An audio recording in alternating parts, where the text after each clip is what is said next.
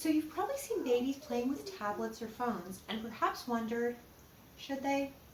Now, electromagnetic fields are actually everywhere and babies are extra sensitive to them. Now, let's break down why that's actually a big deal. Now, number one, prenatal worries. Some studies suggest EMF exposure during pregnancy could actually affect your baby's growth or even increase cancer risk. Now, after birth, EMFs might actually affect brain development, possibly leading to conditions like ADHD as well as autism.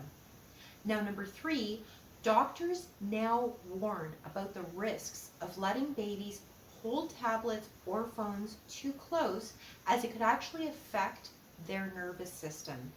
Now, what can parents actually do? Number one, you could limit EMF exposure near your baby, keeping distance from phones, tablets, and all gadgets. Choose safe devices and monitors that emit little to no EMFs as well as Wi-Fi.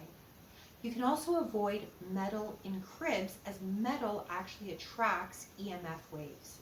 Now, bottom line, just stay informed. Make the safest choices and protect your little ones from unnecessary EMF exposure.